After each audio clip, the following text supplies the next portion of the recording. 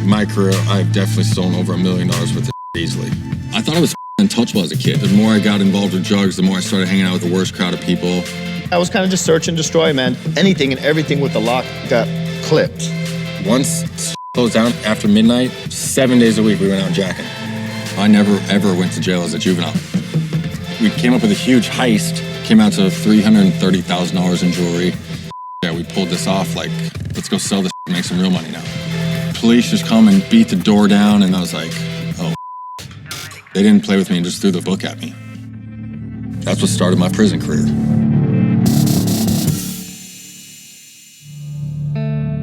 I remember driving on the bus to the prison facility, and you drive through every yard and you drop inmates off. And then you go back to the higher security yards. And then they're like, Meyerhoff. I was like, oh my God, of course this is the yard I'm going to. I remember getting off that bus and I was so scared, you know, I'm 140 pounds. Hadn't even hit puberty, can't even shave. I remember walking into that first housing, and I can't even describe how empty that feeling is.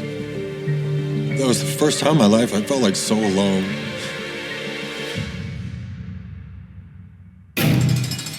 I'd always heard the best way to make yourself known or to not get with in there is if people know you're tough. The only thing I could think of was by picking a fight with somebody. And the dude that lived right next to me, he was a big, bad dude, you know?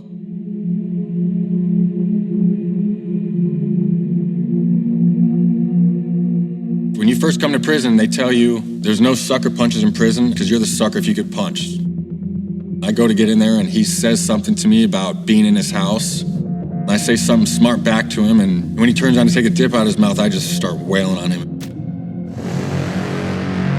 I was on top of him, hitting him, and beat the out of this dude.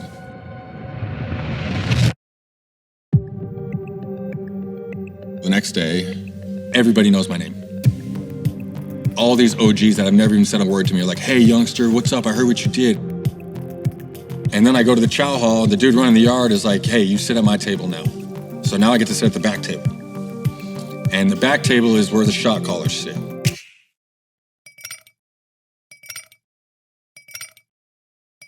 The guy that was running the yard was a real high-profile dude.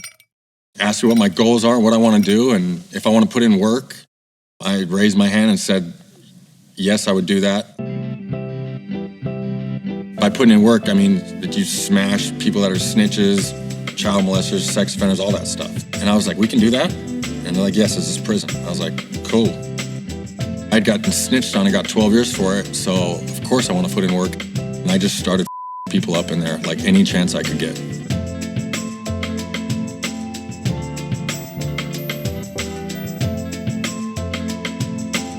That's what started my prison career. In prison, one thing is you have no say over your nickname.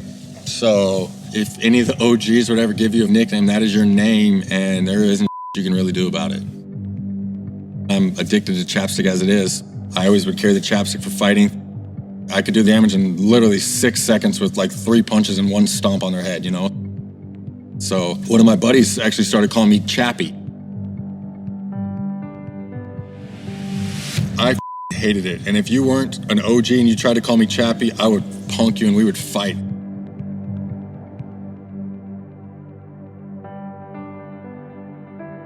Peter told me in visitation, Dad, I'm not going to be a layman here. That led to Peter becoming an enforcer, all against my wishes and desires. But I couldn't judge him. I just told Pete, don't die on me.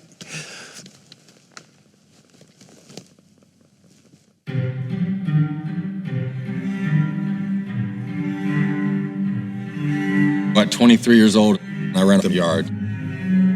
5 years into my prison sentence.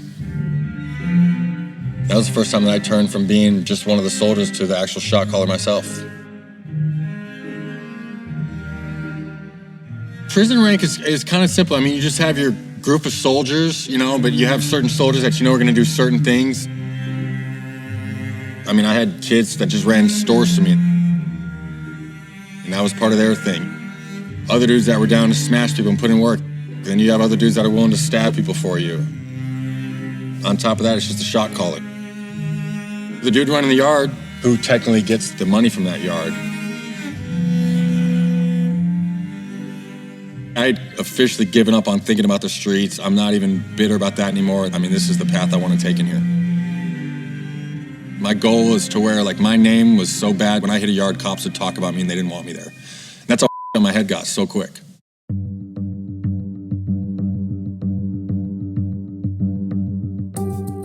A year before I was getting out, I flipped out on a cop, and I remember telling the cop, like, you don't know who I am, this don't fly here.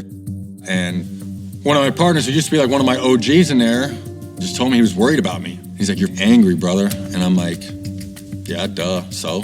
And he's like, you're going home in a year. I was so angry and such a psycho. I was honestly never prepared to get out of prison.